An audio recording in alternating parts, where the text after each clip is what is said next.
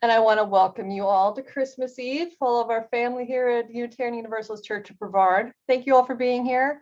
Thank you to all the friends and all the family, all our snow and sunbirds. Thank you everyone for being here today. My name is Beth Ann's. I am your lay leader for this evening. We also have our musical director, Diana Ryder, with us. The musicians you'll hear both recorded and live will be myself, Eugenie Amalfitano, and Diana Ryder. We have a recorded story for all ages with Leanne Draheim and the family. And I also want to welcome our other readers for the Four Candles of Christmas. We have Christmas as a Festival of Midwinter, Annie Fogarty, who is Phyllis's daughter. Thanks for joining us. We have Reading the Birth of Jesus, Eugenie Amalfitano. We have Christmas as a Festival of the Birthday of Jesus, Bill Whitehead. And Christmas as a Festival of Giving and Sharing, Karen Whitehead. And Christmas is a Festival of Joy with Phyllis Guberman. So welcome. Thank you all for participating. Thank you all for joining us tonight. We will be having a candlelight processional at the end. So in our little Zoom boxes, we encourage you, if you have a candle at home, please gather it, and we will have a candle lighting at the very end of the ceremony today. We'll begin with a chalice lighting. Our chalice lighting is Fellow Sojourners by Dan Lambert. We gather together on this Christmas Eve as fellow sojourners, looking for light, for hope, for peace, and for love. We gather as people from many backgrounds and many faiths, many cultures, and many spiritual paths. But as we light this chalice, we gather as one body, looking to the Nativity for its message for all of humanity. The message is that there is light, there is hope, there is peace, and there is love. We also like to acknowledge that our services, both physically in West Melbourne and virtually, are held in the lands of traditional Native communities. These include the Ice, the Timqua, and the Seminole tribes.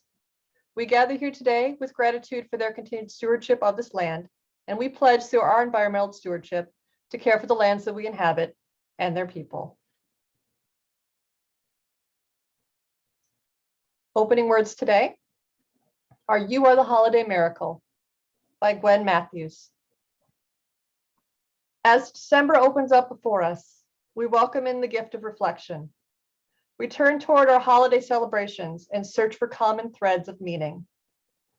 We begin with Yule, the winter solstice, and we are invited to explore duality the cycles and the seasons, and to witness the Holly King being overcome by the Oak King. Yule reminds us that we all partake in the miracle of renewal.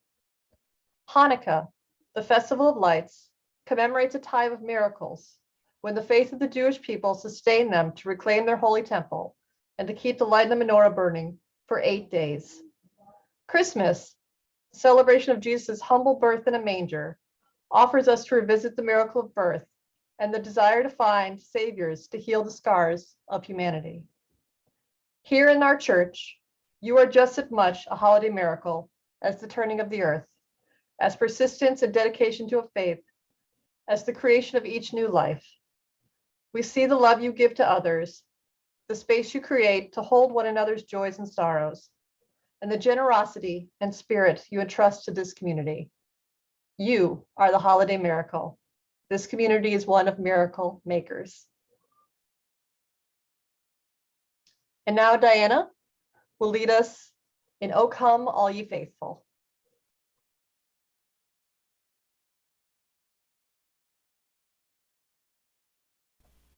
This is both piano and recording, so I hope it sounds okay.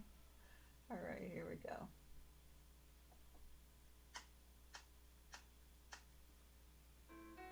Oops, it's not going. Oh, hold on just a moment. It's not connected to the...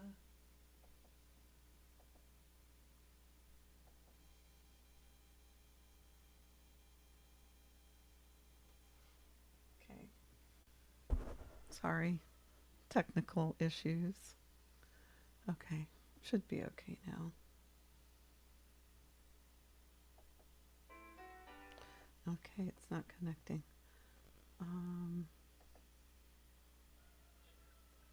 Okay, connect.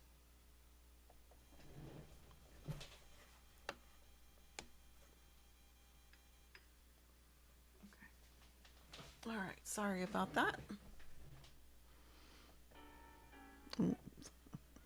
Okay, it's not gonna work through the speaker. Okay, here we go.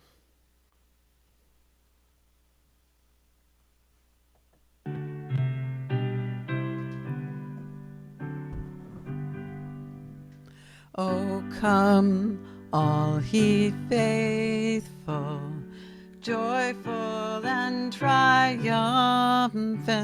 Oh, come ye to Bethlehem. Come and behold him, born the King of angels. Oh, come, let us adore him. Oh, come, let us adore him. Oh, come, let us adore him, Christ the Lord. Lo, humble shepherds, hasting to his cradle, come, leave their flocks in Bethlehem, draw near. We come and behold gladness, born the King of angels. Oh, come, let us adore him. Oh, come, let us adore him. Oh, come, let us adore him. Christ, of angels, sing in exaltation. Oh, sing, all ye citizens of Bethlehem.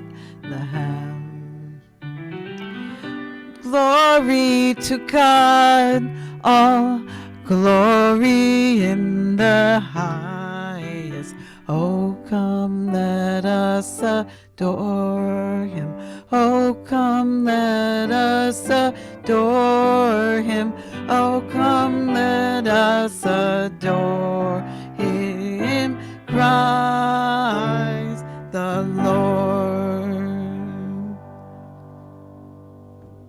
All All right, thank you, Diana. Patience. Oops, sorry.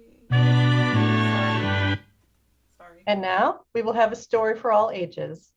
This is Christmas Through a Knothole with Leanne Draheim and a couple of family friends. Okay, this is a story that Grammy used to read us every Christmas Eve. It's called Christmas Through a Knothole. Old Hans was the best woodcarver in all the land, but just 3 weeks before Christmas he was thrown into jail. Again and again he had been told not to hunt in the king's own hunting grounds, but Hans' mouth would water for the taste of roast rabbit. And to the king's lands he would go and set his traps. This time, alas, Hans was caught.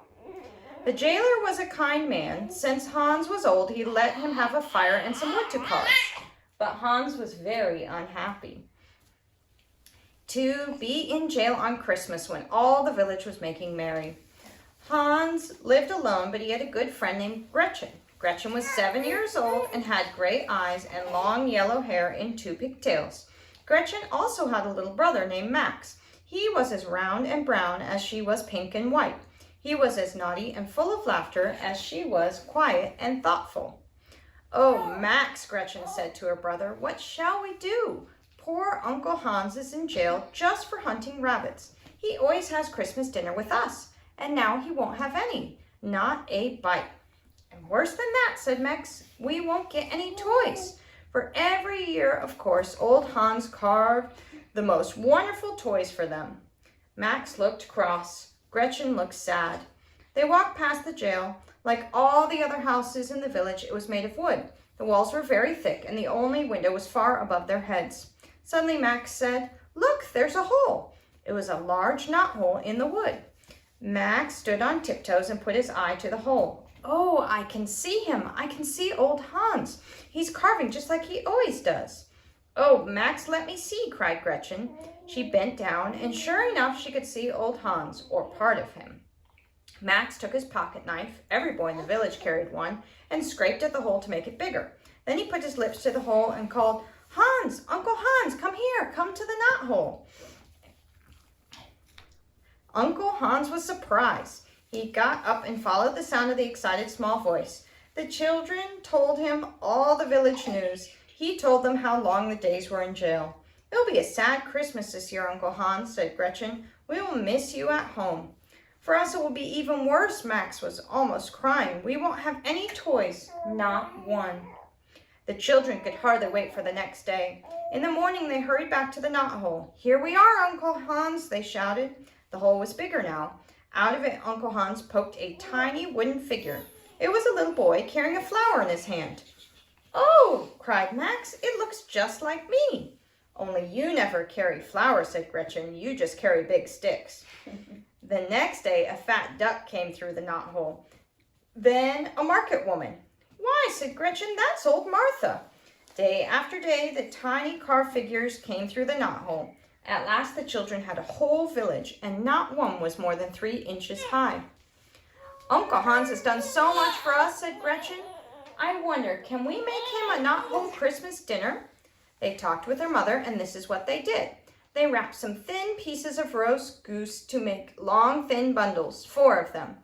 They made some long, fine sausages that Hans liked ever so much. And Gretchen baked some rolls.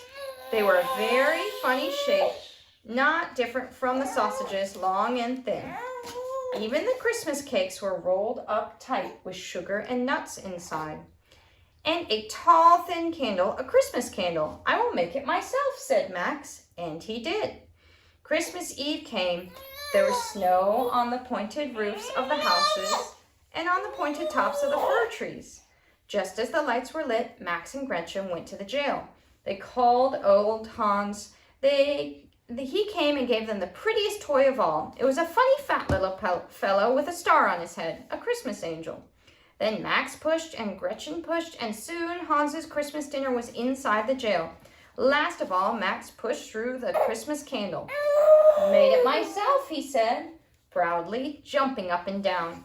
The children said they never had such toys, never, and they loved them because they were so tiny. And Hans said The best dinner he ever had was Christmas through a knothole. The end. The end. Merry Christmas. Merry Christmas. Say Merry Christmas, Jenny. Bye-bye. So cute. Thank you, guys.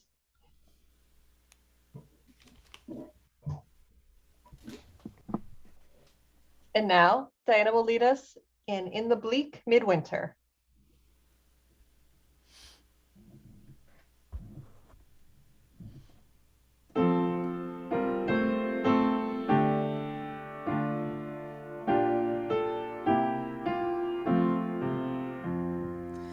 In the bleak midwinter, frosty wind made moan.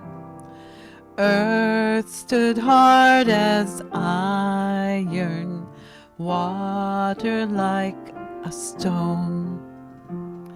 Snow had fallen, snow on snow, snow on snow on snow.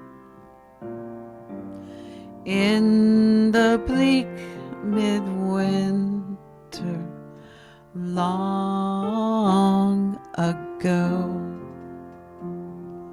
Once more child and mother weave their magic spell, touching hearts with wonder words can never tell. In the bleak midwinter, in the world of pain, where our hearts are open, love is born again. Beautiful. Thank you, Diana. And now for our first reading, the first candle of Christmas, Christmas as a Festival of Midwinter with Annie Fogarty.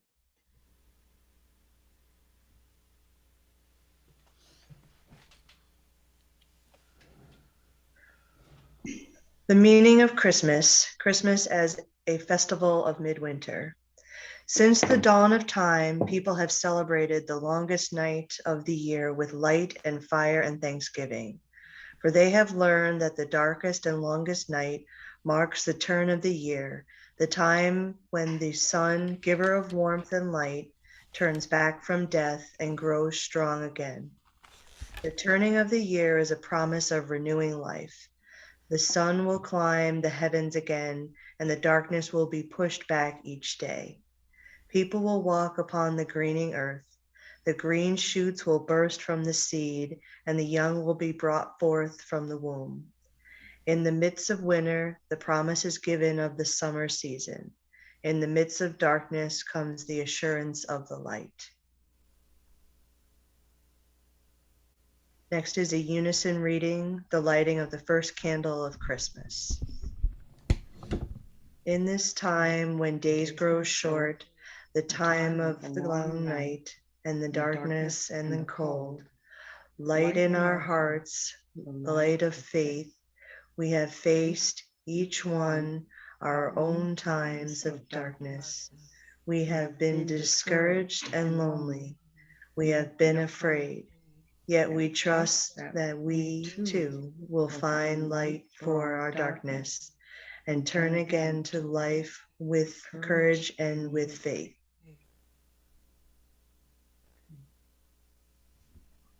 Thank you. And now Diana will lead us in the first Noel.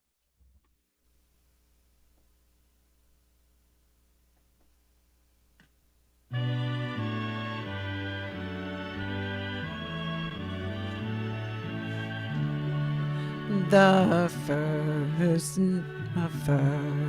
Noel, the angel did say, was to certain poor shepherds in fields as they lay, in fields where they lay, keeping their sheep on a cold winter's night that was so deep.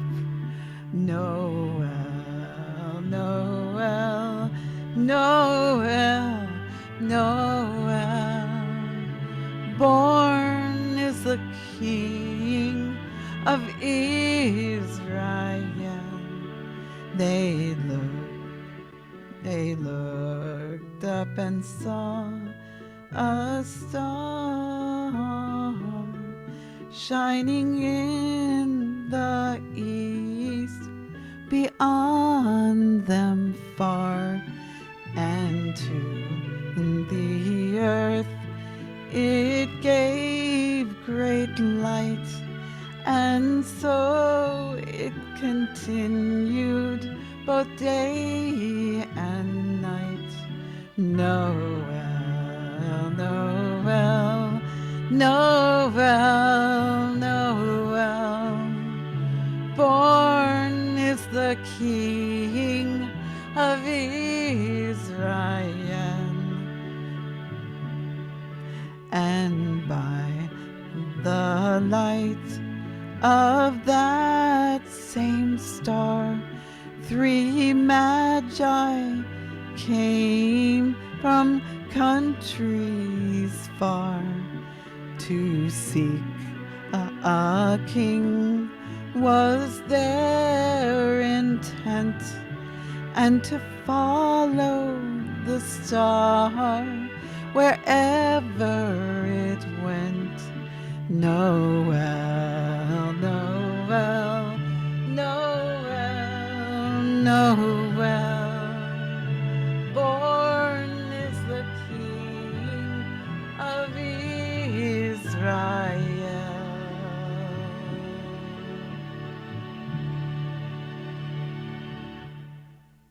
Thank you very much. And now, Eugenia Malfitano will read us the birth of Jesus, which is Luke chapter 2, verses 1 through 14.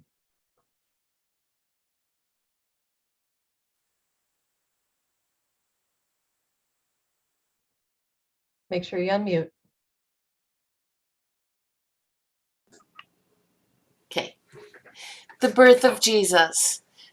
Luke chapter 2, 1 through 14. In those days, Caesar Augustus issued a decree that a census should be taken of the entire Roman world. This was the first census that took place while Quirinius was governor of Syria, and everyone went to their own town to register. So Joseph also went up from the town of Nazareth in Galilee to Judea, to Bethlehem, the town of David, because he belonged to the house and line of David. He went there to register with Mary, who was pledged to be married to him and was expecting a child. While they were there, the time came for a baby to be born, and she gave birth to her firstborn, a son. She wrapped him in clothes and placed him in a manger, because there was no guest room available for them. And there were shepherds living out in the fields nearby, keeping watch over their flocks at night. An angel of the Lord appeared to them, and the glory of the Lord shone around them. And they were terrified. But the angel said to them, "Do not be afraid. I bring you good news that will cause great joy for all the people. Today, in the town of David, a Savior has been born to you. He is the Messiah, the Lord. This will be a sign to you. You will find a baby wrapped in clothes and lying in a manger." Suddenly, a great company of the heavenly host appeared with the angel, praising God and saying, "Glory to God in the highest heaven, and on earth peace to those on whom his favor rests." Thank you, Eugenie. And now Diana will lead us in Go Tell It on the Mountain.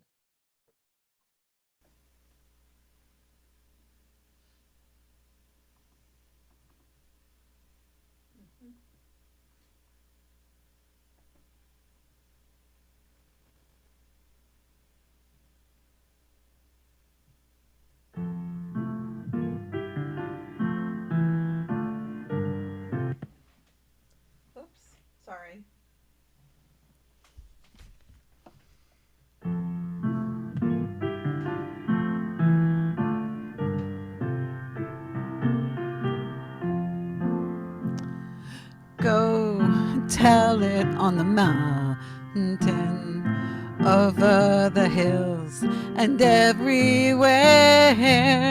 Go tell it on the mountain that Jesus Christ is born. While shepherds kept the watching o'er silent flocks by night, behold, throughout the heavens there shone a holy light. Go tell it on the mountain, over the hills and everywhere. Go tell it on the mountain that Jesus Christ is born. The shepherds feared and trembled when low above the earth rang out the angel chorus that hailed the baby's birth. Go tell it on the mountain, over the hills and everywhere. Go tell it on the mountain that Jesus Christ is born. Down in a lowly manger, the humble babe was born, and God sent us salvation that blessed Christmas morn. Go tell it on the mountains, over the hills and everywhere. Go tell it on the mountains that Jesus Christ is born. Amen. Thank you, Diana. And now Bill Whitehead will lead us in our second candle reading, Christmas as a Festival of the Birthday of Jesus.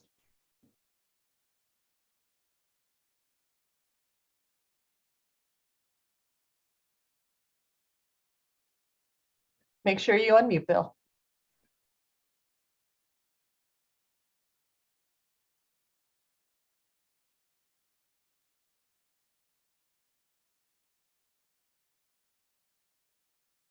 Okay, now I have it. Okay. No one knows at what time of the year Jesus was born, but when long after his death, stories of his birth were collected and written down, and the growing Christian church wanted to celebrate his birthday. The church fathers wisely decreed that it should be at the time of the most beloved and universal festival in the experience of people the world over, the midwinter celebrations, the festivals of light. So to the old festivals were added all the new celebrations, which centered around the Christmas story of the child born in the manger, whom the wisest men visited, about whom all the hosts of heaven sang.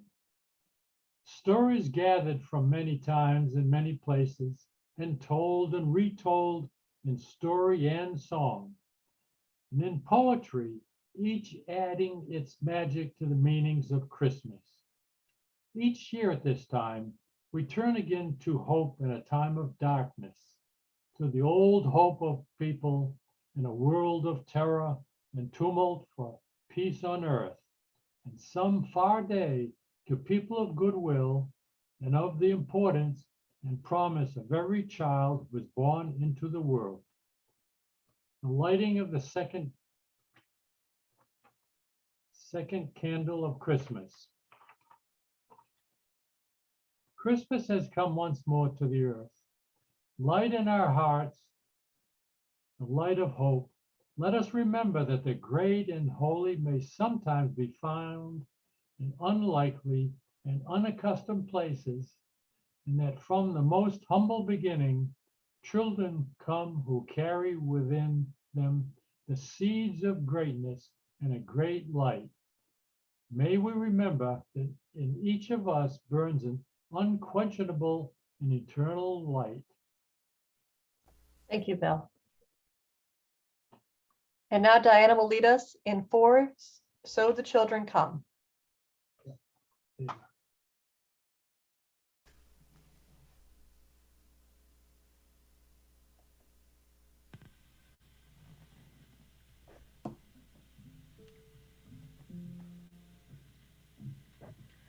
Each night a child is born. It's a holy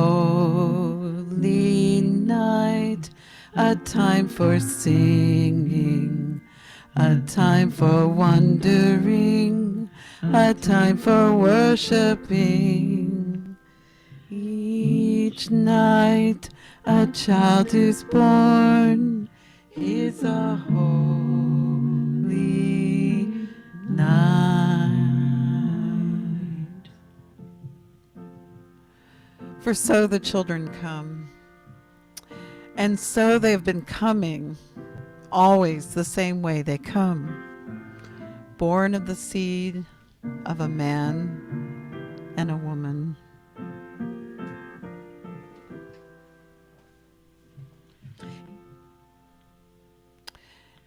Each night a child is born, is a holy night, a time for singing, a time for wondering, a time for worshiping.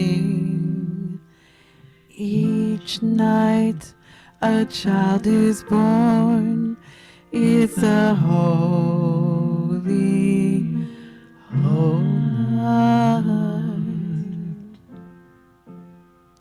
No angels herald their beginnings. No prophets predict their future courses. No wise men see a star to show where to find the babe that will save humankind. Each night a child is born. It's a holy night, a time for singing, a time for wondering, a time for worshiping. Each night a child is born. It's a holy night. Yet each night a child is born is a holy night. Fathers and mothers sitting beside their children's cribs feel glory in the sight of a new life beginning. They ask, where and how will this new life end? Or will it ever end?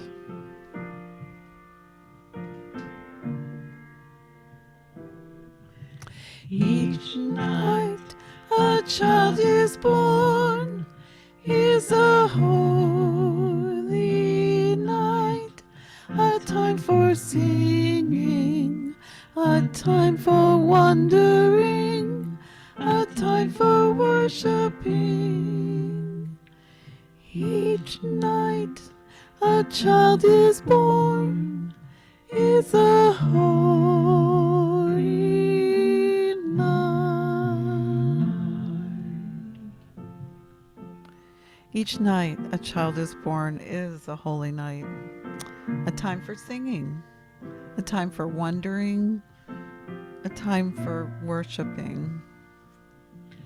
Each night a child is born, is a holy night, a time for singing, a time for wondering, a time for worshiping. Each night a child is born, is a holy night.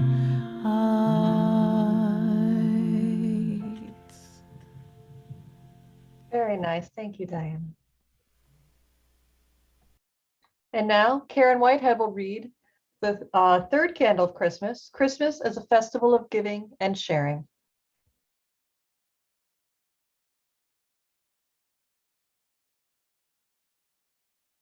Muted. Oh, okay.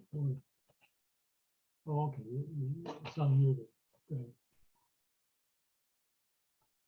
The meanings of Christmas. Christmas as a festival of giving and sharing. Christmas is a festival of giving and sharing.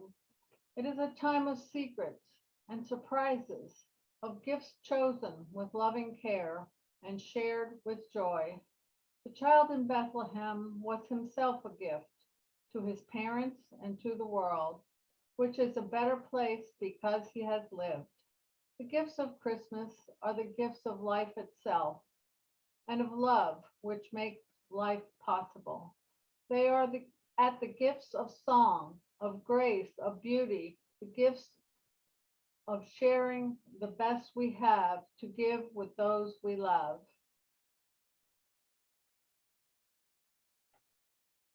The lighting of the third candle of Christmas. At this time of the giving of gifts, lovingly made and carefully chosen, at this time of the sharing with one another that which is deepest and dearest to us, light in our hearts the light of love.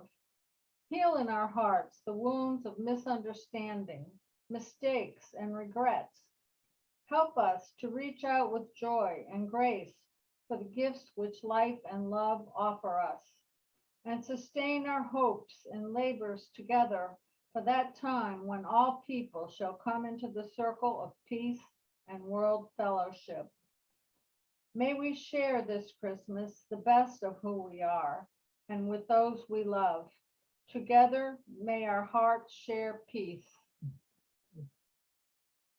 Thank you, Karen. And as always, it is a joy to be with you this evening. And this is a joyful community. And this community is sustained by the gifts that you are able to give. So we do appreciate anything you're able to give. I will have in our chat ways to give if you are able. You can give through our PayPal or at the address you see on your screen through a check. And as always, we are grateful to have you with us today. And we are grateful for this gift of community. Now, Diana will lead us in It Came Upon a Midnight Clear.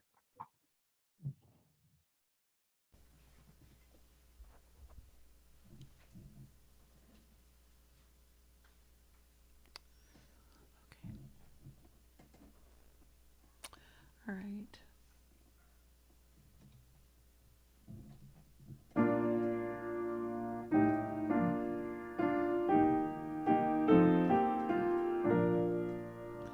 It came upon a midnight clear, that glorious song of old, from angels bending near the earth to touch their harps of gold. Peace on the earth, goodwill towards from heaven the news we bring. The world in solemn stillness lay to hear the angels sing. Still through the cloven skies they come with peaceful wings unfurled, and still their heavenly music floats o'er all the weary world. Above its sad and lowly plains they hand their hovering wings, and ever over its babble sounds to blessed angels sing.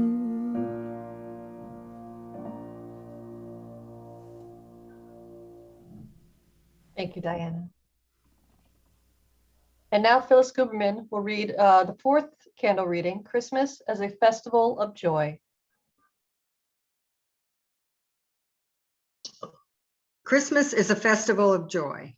It is a time of feasting and fun, of singing and visit, of friends and family reunited, of glittering trees and lighted houses, of stockings and presents, of fires and candles, of stories of a tiny child in a manger.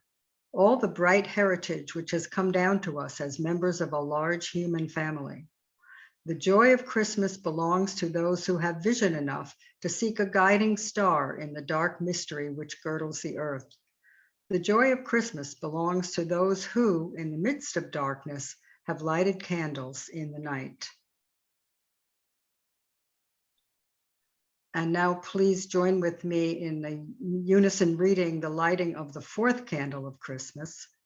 In this happy season, the light in our hearts is light in our hearts, the light of joy. To miss the joy of Christmas is to miss its holiest secret.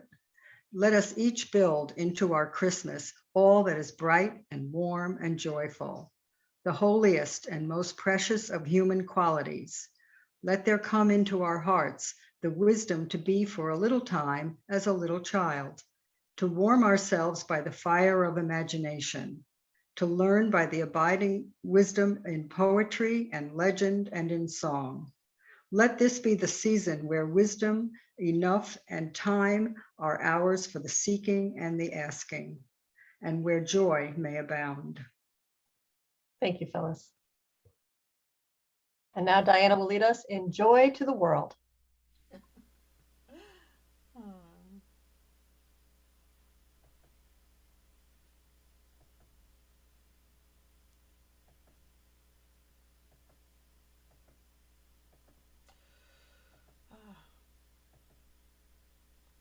on.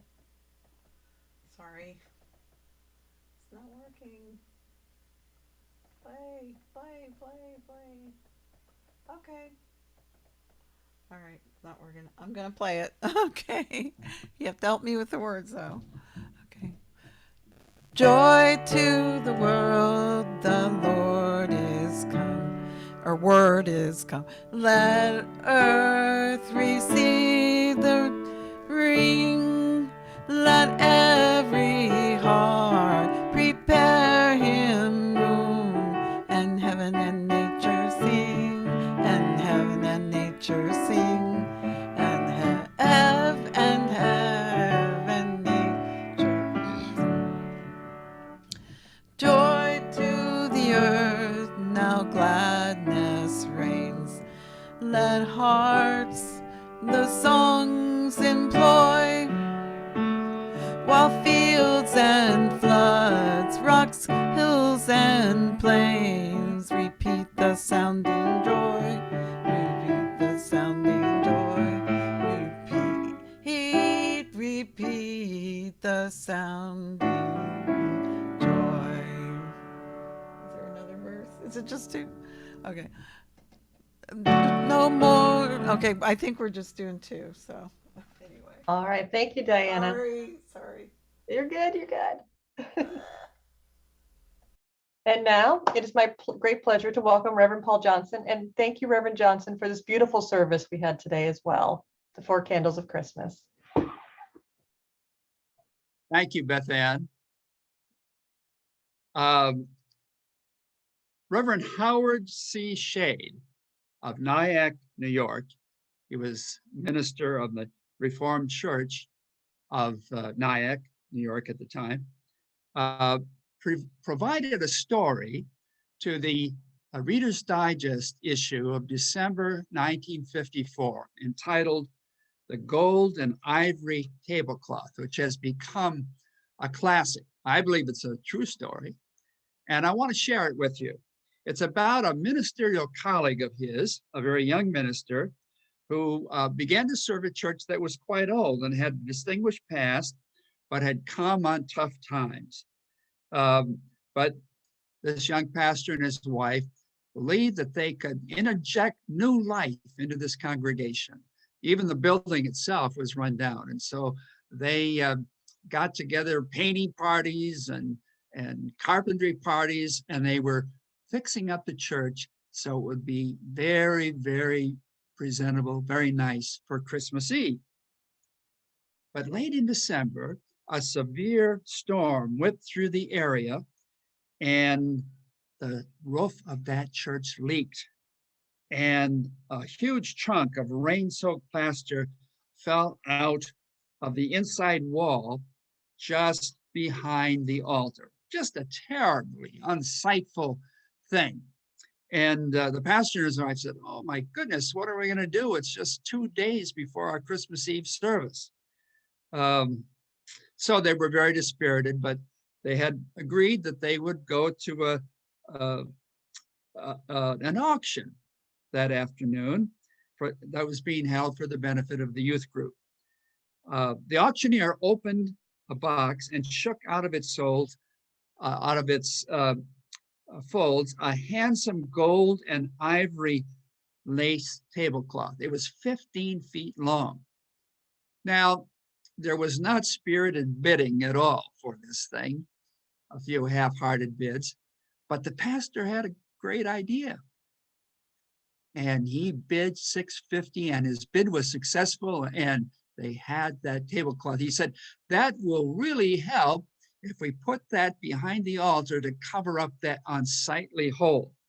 And so they brought it back to the sanctuary, and sure enough, it looked just beautiful, shimmering, and cast a beautiful fine holiday glow over the chancel.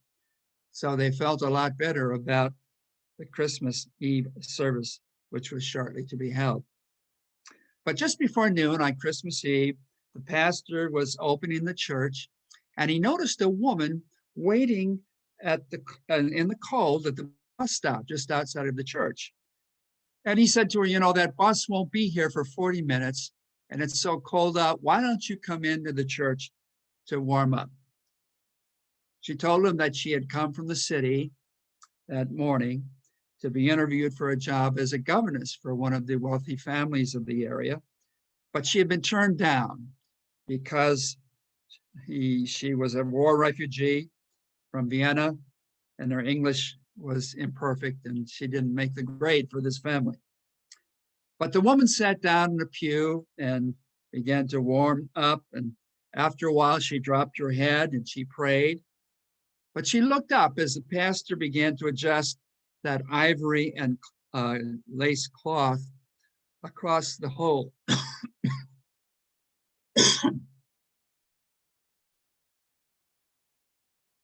Excuse me.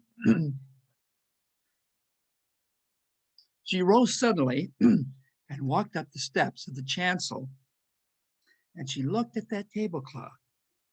The pastor smiled and began to tell her about the storm damage and how they had wanted to cover it over with this beautiful tablecloth. But she didn't seem to listen. She took up a fold of the cloth and rubbed it between her fingers. "It is mine," she said. "It is my banquet cloth." She lifted up a corner and showed the surprised pastor that her initials were monogrammed on it. "My husband had that cloth made especially for me in Brussels. There could be no other like it."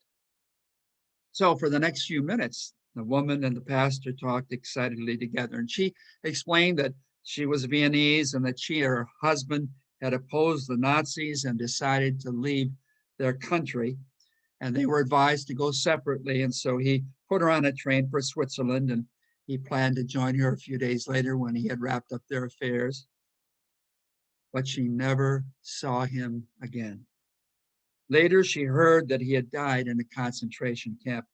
And she said to the pastor, "I have always felt that it was my fault to leave without him, and perhaps these years of wandering have been my punishment." Well, the pastor tried to comfort her, and he urged to take her tablecloth back, but she refused to do so. She said, you need it here. And then she went away. As the church began to fill on Christmas Eve, it was clear that the cloth was going to be a great success. After all, it had been skillfully designed to look its very best by candlelight. And after the service, the pastor stood in the doorway, and many people came to tell him how beautiful the church looked. But a middle-aged man came up to him. He was the local watch and clock repairman, and he looked rather puzzled. He said, "It's very strange. Many years ago, my wife, God rest her, and I owned such a tablecloth in our home in Vienna. My wife put it on the table only when the bishop came to dinner."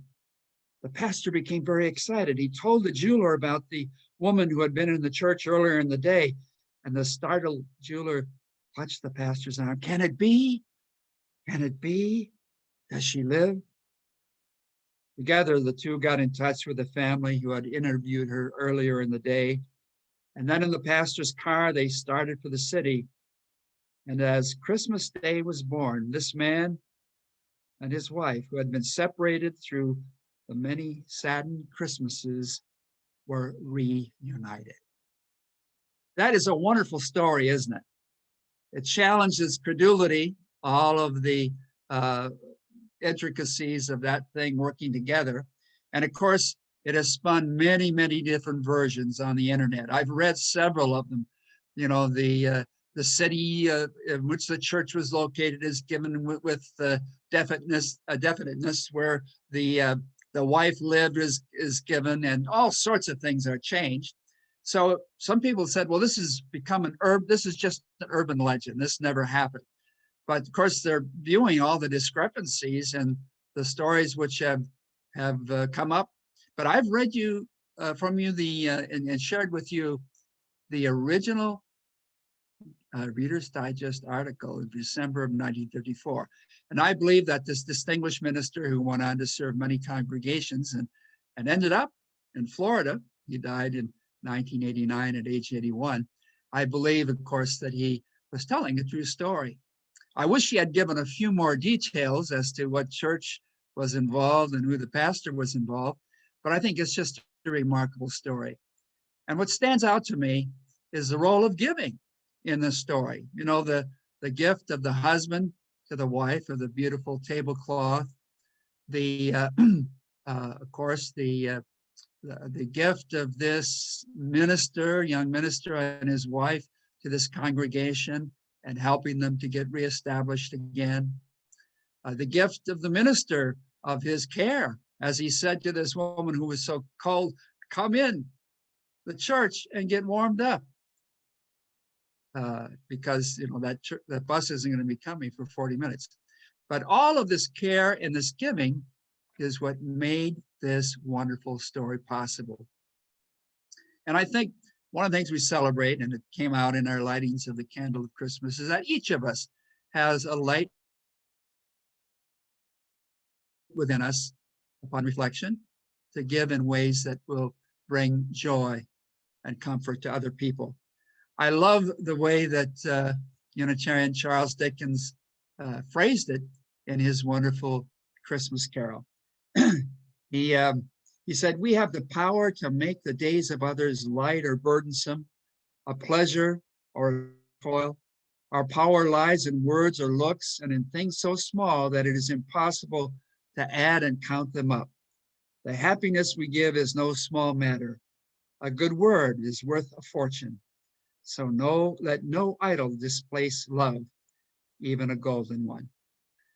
And so tonight, on this very special night of the year, we celebrate the light within each of us, and we symbolize that by lighting our individual candles and maybe, turning out the ambient light behind you a little bit.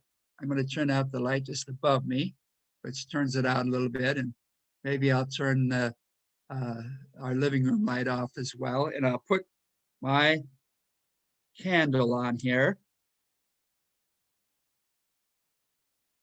and ask you to do the same as we sing together Silent Night.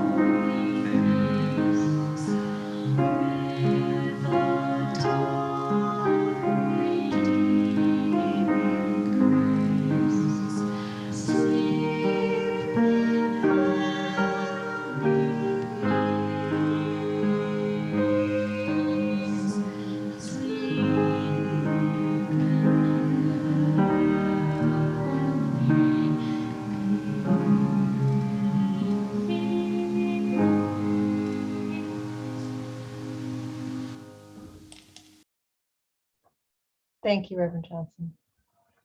And thank you, everyone, for joining us in our candle lighting.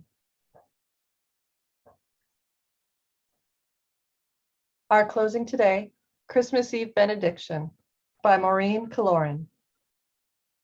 Tonight in this community, we have shared stories, sung carols, opened our hearts to the beauty of music. Tonight we have turned to one another, lighting each other's candles in the dark.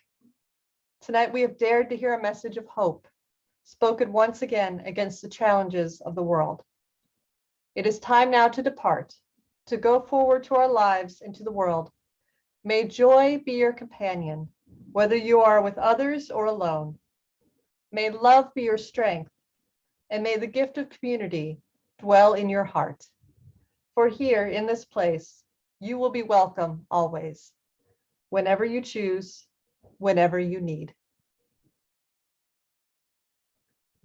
And we all extinguish our chalice with Hope Continues by Kevin Jago. When the candle dims, the wax almost spent, the light turns amber like a sunset. Still it provides light. Still it provides heat. Still it can kindle a new flame and pass its glow on and contribute to the new illumin. When sunsets turn to new days, when seasons transform all, when the candle dims, all is not lost. Hope continues, uncertain and true, like candlelight, always ready to spark. And now, let us wish each other a Merry Christmas. Diana, whenever you're ready.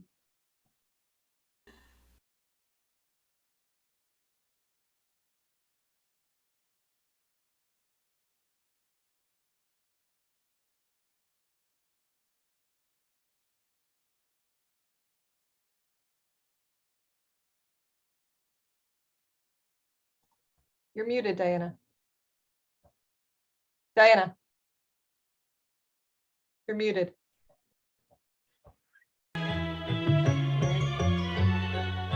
Start that one again.